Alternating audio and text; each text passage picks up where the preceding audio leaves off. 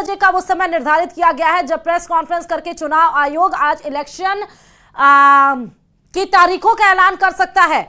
और आज press conference के जरिए ही इलेक्शन कमीशन देश में होने वाले आम चुनाव की तारीखों का ऐलान करेगा। चुनाव कितने चरणों में होंगे, किन राज्यों में पहले होंगे, संवेदनशील जो राज्य, अति संवेदनशील जो राज्य होंगे उनको पहले चरणों में रखा जाएगा। 6 से 7 8 चरणों में बताए जा रहे हैं कि आज लोकसभा के चुनाव की तारीखों का ऐलान चुनाव आयुक्त के द्वारा किया जाएगा। किस किस तारीखों को किन राज्यों में मतदान होगा, इसकी जानकारी आज चुनाव आयोग की ओर से दी जाएगी। केंद्रीय निर्वाचन आयोग प्रेस कॉन्फ्रेंस कर चुनाव की तारीखों का ऐलान करेगा और इसके साथ ही लोकसभा, कुछ राज्यों में विधानसभा चुनाव की तारीखों का भी ऐलान हो सकता है और इसके साथ साथ जम्मू कश्मीर में भी चुनाव, विधानसभा चुनाव की तारीखों का भी ऐलान आज चुनाव आयोग के द्वारा किया जा सकता है। सूत्रों की माने तो 2024 के लोकसभा चुनाव 7 से 8 चरणों में हो सकते हैं।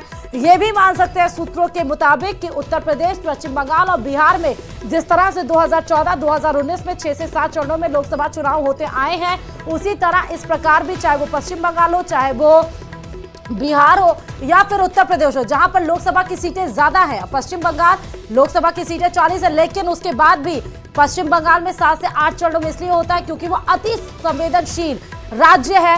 हर हमने देखा, चाहे वो 14 हो, चाहे वो 19 हो, चुनाव उसमें झड़प की तस्वीरें सामने आती हैं और सबसे ज्यादा बटालियन भी वही नियुक्त किए जाते हैं। सबसे ज्यादा कंपनियां भी, सुरक्षा कंपनियां भी पश्चिम बंगाल में ही नियुक्त की जाती हैं। अब आ जाइए महाराष्ट्र में 4 से 5 चरण, मध्य प्रदेश में, असम में 2 से 3 चरण में। ये सब सूत्रों के आधार पर आपको बता रहे हैं कि कितने चरणों में चुनाव हो सकते हैं। इस खबर पर हमारे संवाददाता भरतपुर से दीपक जुड़ चुके हैं, सीधे उनके पास रुख करते हैं। दीपक, कुछ घंटे का और महज इंतजार, जब चुनाव की तारीखों का हो जाएगा फैसला, क्या कुछ तैयारी है भरतपुर में, चाहे वो बीजेपी हो चाहे वो कांग्रेस हो? देखिए, बिल्कुल कुछ घंटे का इंतजार है, उसके बाद में चुनावों की जो तारीख है उसका ऐलान हो जाएगा और संभवतः ऐलान के बाद आचार संहिता भी लग जाएगी। इसको लेकर के बीजेपी की किस तरह की तैयारियां हैं, कांग्रेस की किस तरह की तैयारियां हैं, उसको लेकर बीजेपी के वरिष्ठ नेता भगवान दास, अभयवीर सोलंकी हमारे साथ मौजूद हैं, कांग्रेस के योगेश मित्तल हमारे साथ मौजूद है। इनसे जानेंगे कि किस तरह की जो तैयारियां हैं वो चल रही हैं, क्योंकि लोकसभा चुनाव का जो डंका है वो अब बज चुका है। बीजेपी की तरफ से तो भरतपुर में उम्मीदवार रामस्वरूप कोहली घोषित कर दिए गए, लेकिन कांग्रेस का अभी इंतजार है। कांग्रेस का जो इंतजार है वो भी खत्म हो गया है। संजना जाटव को यहां से डिक्लेयर किया है, लेकिन कई जिले ऐसे हैं जहां पर अभी उम्मीदवार घोषित नहीं किए गए हैं। भरतपुर की बात कर लेते हैं, भगवान दास हमारे साथ हैं। किस तरह की तैयारियां बीजेपी की चल रही है? आपके कैंडिडेट सबसे पहले घोषित हुए थे भरतपुर के। देखो, पार्टी की तैयारी जो है वो लंबे समय से चलती रहती है, कोई ऐसा नया नहीं है कि पार्टी अब चुनाव को देख करके तैयारी करती है। बीजेपी एक ऐसी पार्टी है जो शुरू से ही अपना काम बूथ और संगठन का लगातार काम करती रहती है, चाहे बूथ स्तर का काम हो, चाहे पन्ना प्रमुख का काम हो, चाहे पेज प्रमुख का काम हो, और पार्टी हमेशा चुनावी मोड में रहती है। इस तरीके से नहीं है कि चुनाव आ रहा है तो कोई विशेष रूप से तैयारी की जा रही है। पार्टी आश्वस्त है और हम 2500 सीट राजस्थान में जीत रहे हैं। ये 25 सीट जीतने का दावा कर रहे हैं बीजेपी के जो वरिष्ठ नेता हैं भगवान दास। आपकी किस तरह की तैयारी है? आप कांग्रेस में जिला संगठन देखते हैं, किस तरह से आपके जो कैंडिडेट है वो भी दूसरे जिले की रहने वाली है, तो किस तरह से संभालेंगे भरतपुर में?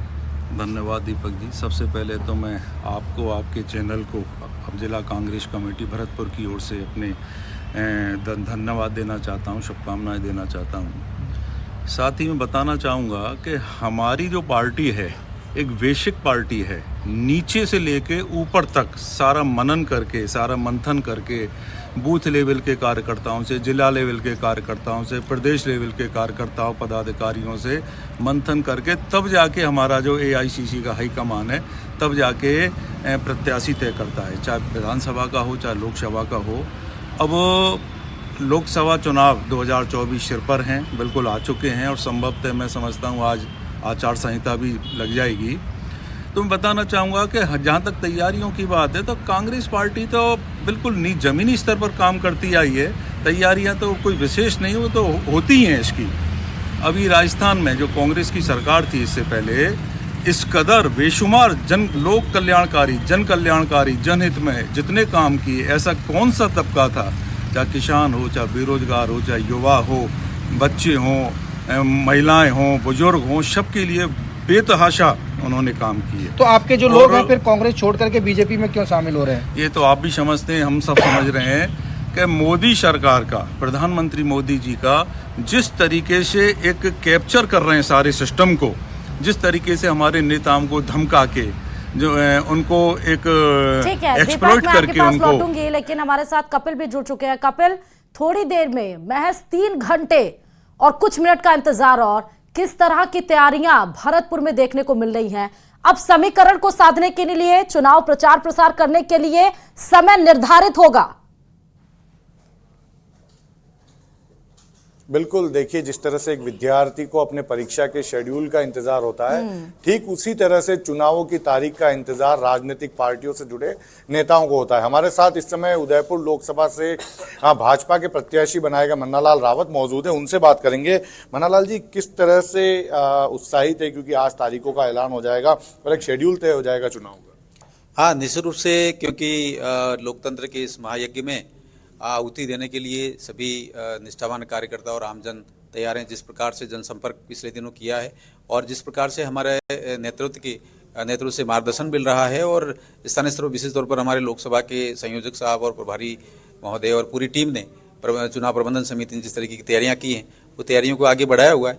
तो निश्चित रूप से तारीखें आती हैं तो ऐसा लगता है कि हाँ, हमें तैयारियों को और तेजी से आगे बढ़ाना है और आम जन तक पहुँचना है। तैयारियां पहले से चल रही है या फिर अब पूरी प्लानिंग तैयार की जाएगी? जनसंपर्क का मुख्य तौर पर काम चल रहा है। 8 विधानसभा क्षेत्र हैं, तो उसमें से 4 विधानसभा क्षेत्रों में कार्यालय का एक तरह से शुभारंभ हो चुका है।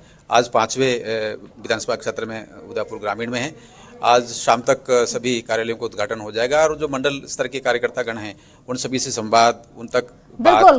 कपिल मैं आपके पास लौटूंगी, लेकिन पवन भी हमारे साथ जुड़ चुके हैं। पवन, थोड़ी देर के बाद लोकसभा चुनाव की तारीखों का ऐलान, क्या कुछ तैयारी है वहां पे?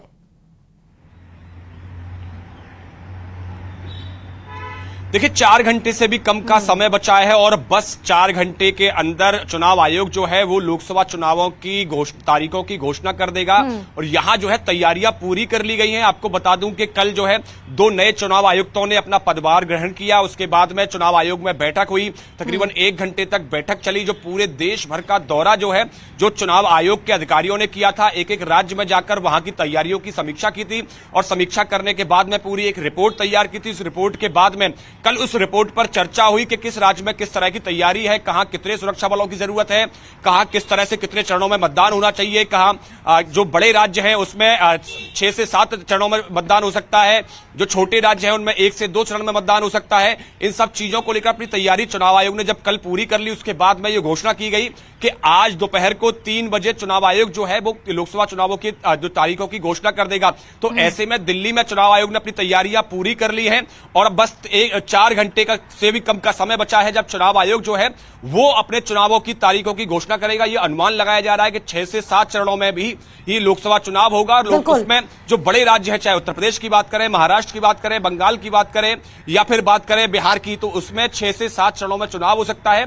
उसके अलावा उनसे जो छोटे राज्य हैं, चाहे राजस्थान की बात करें, मध्य प्रदेश की बात करें, छत्तीसगढ़ की बात करें, इसमें 1 से 2 चरणों में चुनाव हो सकता है। इनके साथ साथ जो राज्य जो नक्सल प्रभावित हैं या जो जम्मू कश्मीर जैसे राज्य हैं उसमें भी 1 से 2 चरणों के अंदर चुनाव हो सकता है।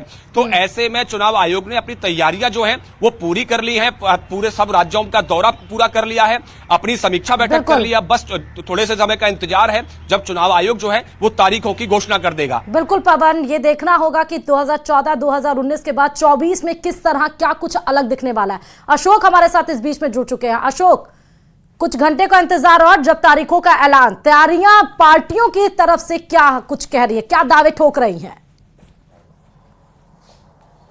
जी बिल्कुल, दोनों ही पार्टियों की ओर से लोकसभा चुनाव को लेकर तैयारियां की जा रही हैं। कैंपेनिंग की तैयारियां यहां पर शुरू होने वाली हैं। हालांकि अजमेर की बात करें तो अजमेर में दोनों ही पार्टियों ने अपने कैंडिडेट अभी तक घोषणा नहीं की है। अजमेर दक्षिण से विधायक और 5 बार से विधायक हैं अनीता बदिल जी, वो हमारे साथ हैं, उनसे जानते हैं चुनाव की तारीखों का आज ऐलान हो जाएगा मैडम, और क्या तैयारियां हैं भारतीय जनता पार्टी की रहने वाली है, और कांग्रेस कितना आपको चुनौती लगता है? कांग्रेस को हम चुनौती नहीं मानते हैं, क्योंकि इसलिए नहीं मानते, ना तो वो संगठन जो है बिना कार्य के आधार पर सिर्फ अपने परंपरागत वोटों के पर ही निर्भर है और जो उनको लगता है कि ये हमारी पॉकेट के वोट हैं वो हमें मिल जाएंगे, उसी के आधार पर वो जीतते हैं। ना तो उनकी कोई वर्किंग है, ना संगठन की उनकी कोई सोच है। दूसरी तरफ मैं बात करूं भारतीय जनता पार्टी संगठन की, तो भारतीय जनता पार्टी का संगठन न केवल मजबूत संगठन है बल्कि लगातार इस पर संगठन की गतिविधियां चालू रहती हैं और संगठन की गतिविधियों के साथ साथ में जनता के बीच में जाकर के जनता संगठन के साथ कैसे जुड़े उस पर संगठन काम करता है। संगठन की लगातार बैठकें होती रहती हैं, उन बैठकों के माध्यम से भी संगठन को और विस्तार दिया जाता है। जिन क्षेत्रों में हमारा संगठन नहीं पहुंचा है, संगठन का विस्तार उन क्षेत्रों तक करने की कोशिश की जाती है। भारतीय जनता पार्टी 5 वर्ष तक, मैं ये नहीं कहूँगी कि चुनाव आते हैं तब चुनाव की तैयारी करती है, पूरे 5 वर्ष तक चुनावी मोड पर ही रहती है, ऐसा मैं कह सकती हूँ। क्योंकि चाहे केंद्रीय नेतृत्व हो, चाहे हमारे प्रदेश का नेतृत्व हो या जिला नेतृत्व हो, है ना, सक्रियता से अपनी भूमिका निर्वहन करते हैं और उसी के आधार पर मैं ये कह सकती हूँ कि भारतीय जनता पार्टी में जो प्रत्याशी है वो कमल का फूल है, जबकि कांग्रेस में प्रत्याशी व्यक्ति होता है। तो कमल का फूल है, इस कमल के फूल के आधार पर चुनाव लड़ना है। हमारी बैठकें पूरी हो गई हैं, चुनाव प्रबंधन समिति बन गई है, चुनाव प्रबंधन समिति की बैठक निश्चित हो गई है। बिल्कुल बिल्कुल पवन, क्योंकि एक तरफ एनडीए है, दूसरी तरफ